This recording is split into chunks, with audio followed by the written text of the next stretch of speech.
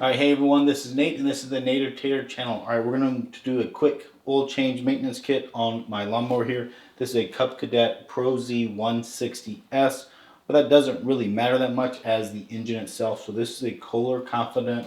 It's an EZT750 engine. So that is their electronic fuel injected engine, and you do have to make sure you get the kit for that. But this engine is obviously available on many other mowers, and so these steps are going to be the same regardless of the mower itself, because it's really tied to that engine that they use.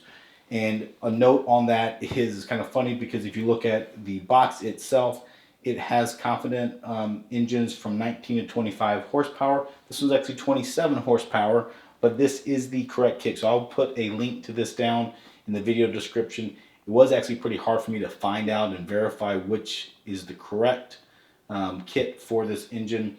There's some lookups. I'll give you some stuff in links in the video description to help you as well. But what this kit includes is your 2 quarts of oil. It includes things like a fuel filter.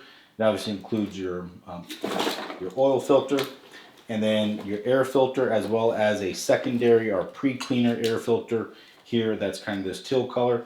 And then it also includes your 2 spark plugs that you need for your. So in theory, actually, you don't need to do all of these steps every year. If you're a homeowner like me, you're just using this. I think this has been mowing for 2 seasons, and it has like 70 hours or something on the unit. So technically, I think I only need to do an oil change and maybe clean out my pre-filter, and I could probably leave the filter and definitely leave the spark plugs with the uses I do, as well as a fuel filter. But it's not that much more money to get it, so I just go ahead and get the whole kit and replace them, and then I'm covered. So we'll go through what I do with that. I also have lawnmower blades here.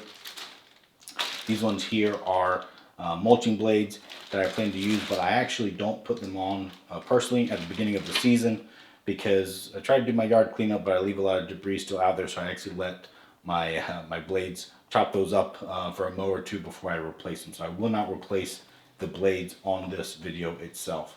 But let's talk about what type of tools you likely need to do this.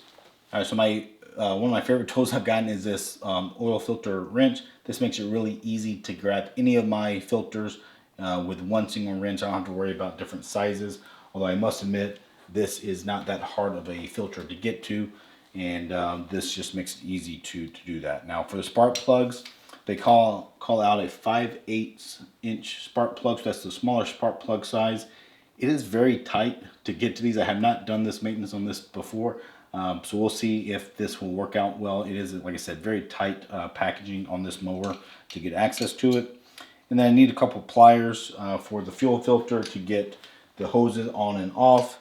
And then you need a spark plug gap tool, either the old wire style or this kind of coin based one that has a little ramp on it. So I think that's for the most part what I need, other than a oil drain pan, some shop rags and that kind of stuff to clean up, brake clean. So let's just hop into it and start tackling it. All right, so on this engine, there's actually 2 different oil drains. One's on the left side, one's on the right side. You only have to use one on this mower, and I assume on a lot of mowers.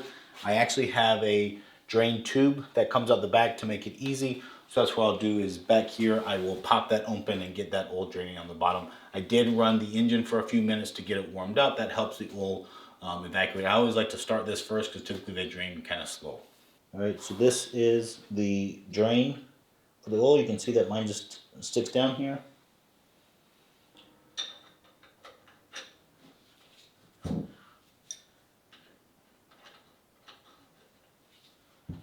Not sure who put this on last, but they sure did put it on tight, with no need to do that tight. Alright, there we go. We can see it comes out pretty slow typically, which I've seen in these mowers. So we'll let that get started. Pop out the we'll pop out the dipstick to try to help with it a little bit, so get some air down there. We'll let that drain out for a little while, and then I can start doing some of the other stuff here. Alright, so the air filter is really easy. We just pop off these 2 clips on both sides. This top comes off here. You can put that aside somewhere. And you can see here, this guy is awfully dirty, and you want to be careful not to get any debris into the actual intake itself when you take this out. Alright, so you just kind of pick off of the right side of it. It pops out, and then you might want to, wipe this up and clean it up slightly here. These pre-cleaners, once you take them off, you can see actually that my filter is very white, so I could keep this as a spare, and you could just take this pre-cleaner off, blow it out, re-oil it with fresh clean oil, and then wring it all out so it's as dry as it can be. And I could reuse this main filter, honestly, if I really wanted to, but I'm going to go ahead and replace mine.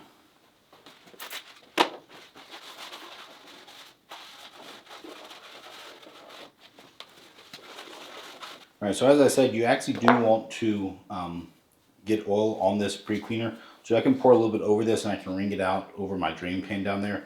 And that will get this guy ready to kind of catch a lot of the dirt and debris and catch it prior to going to the main filter. So I'm just going to kind of work this into the filter here over the pan. Alright, so now that I got this oily, I can put this pre-cleaner over the top of the filter itself prior to installing it in the air box here. So the air box, I do actually rub a little bit of oil on here, just help slide it over this guy and give it a good seal. Slide it in, push it down, and then it's good to go, and then clean my hands up.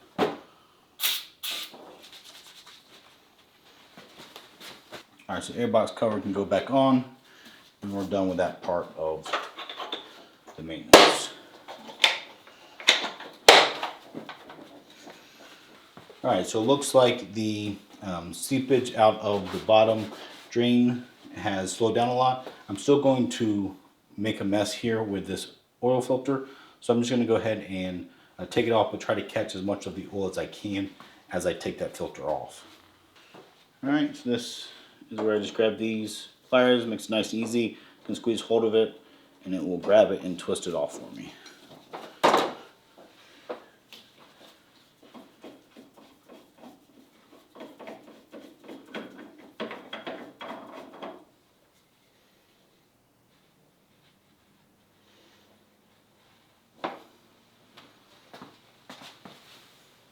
Alright, so certainly caught some of that oil, but did not get all of it, so it still makes a little bit of a mess. I don't know why they put filters on upside down like that, but they do, so be it. Alright, so you can get the new filter out. You can pour a little bit of oil in it up to the threads. Now it's going to soak in that oil, so as you put it in there, it will kind of soak in itself. So you don't want to put a whole lot in because obviously you got to flip this upside down, but put some in and then let the filter media actually soak it up, and it will help prevent it from spilling and making a mess. Alright, so I've let it soak in for a little while. There's still a little bit in there, but hopefully when I flip it over, a lot of it will go down that main boss in the middle.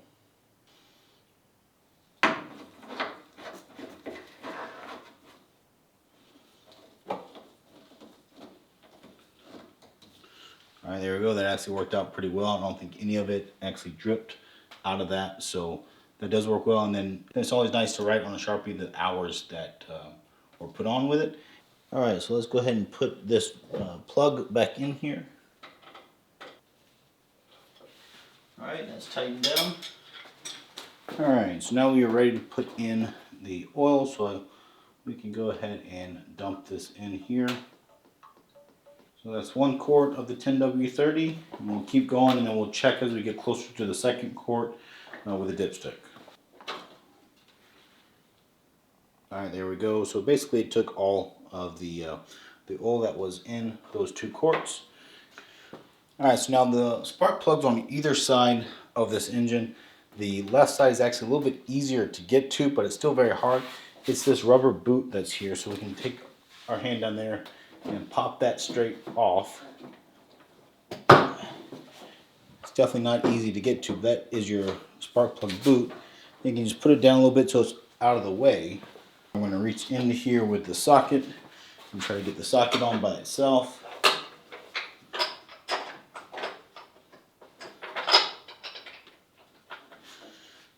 Now that the socket's on, make sure my wrench is set up correctly.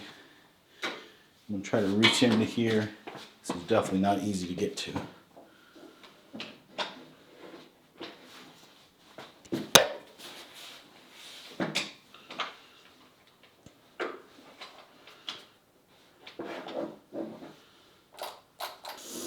Alright, finally got it.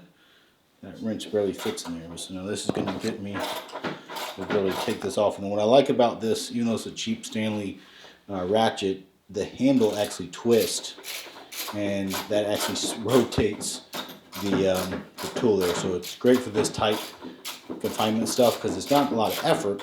I can just rotate this handle and get this socket out, and then I can eventually get my wrench out of there. So we just check here that this 30, and they actually look like they came pretty much pre-gapped at the 0.030 inch. Alright, so install just the reverse. Get it in here by your hand first. You always want to make sure you're not cross-threaded.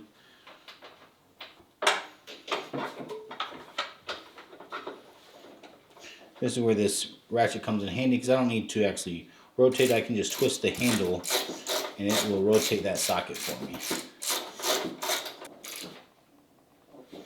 Alright. Now I can put the spark plug back, the boot back on. And you do want to make sure you put this boot back on, that you hear it and you feel it firmly click. So use both your fingers, get it lined up, and then get the click action and tug on a little bit to make sure that the metal cap actually clips all the way on there. So now I'm going to do the same thing for the other side. Alright, now this other side is actually a little even harder to get to because the spark plug is actually further inboard. So it's, let's see if I can get you so you can actually see this thing. I mean, I can't even see it, but this fuel line can pop out, and that can give you a little bit more leeway where you can barely see it. Let's see if we can see it right where my fingertip is, right over there. It's very hard to see.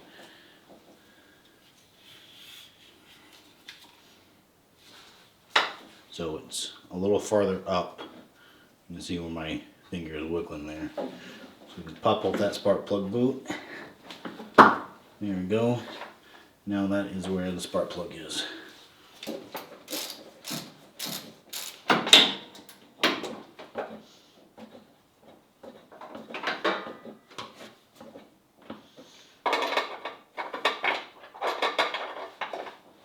Alright, there we go. That one looks pretty good too. Make sure that's in there, and then I'll clip this back, fuel line back in place. Now we can do the fuel. Okay, so the nice thing about this mower is it does have the fuel shut off here, so I can switch it to off so that it's not on left or right tank. And then this actually has this metal bracket here to try to hold these wires down in place. You can actually take that out and move it to the side, and that gives you some more leeway to move this fuel filter so you can get it up and closer so you can work on it. So now you can actually take the hose clips off much easier. Once you get the clamps squeezed together, you should be able to wiggle them down the hose just an inch or so, so that they're out of the way of the nipple that is the fuel filter. Before you pop it off, take note of that arrow. You know, the fuel obviously comes from the tank and it goes towards the engine. So I tend to twist and pull, and then that will get this off. When I twist and pull this one off, I put my finger over the nipple as quick as I can, try to keep much of the fuel in there as possible. Alright, so now you can grab your new filter and just replace it the same way this old one came out. So I have the arrow pointing down, push that in, on the other side, do the same thing. And now we just return these hose clamps up so that they are on top of the nipple. Alright, so now we are going to take this metal clamp that was over here and put it back around these lines. Okay, so that's all there is to it. So now don't be surprised if it takes a little bit longer to start up because it does have to prime that filter. And you want to let it idle for a little bit, check for any leaks, let the oil pressure build up, and make sure that everything's good to go.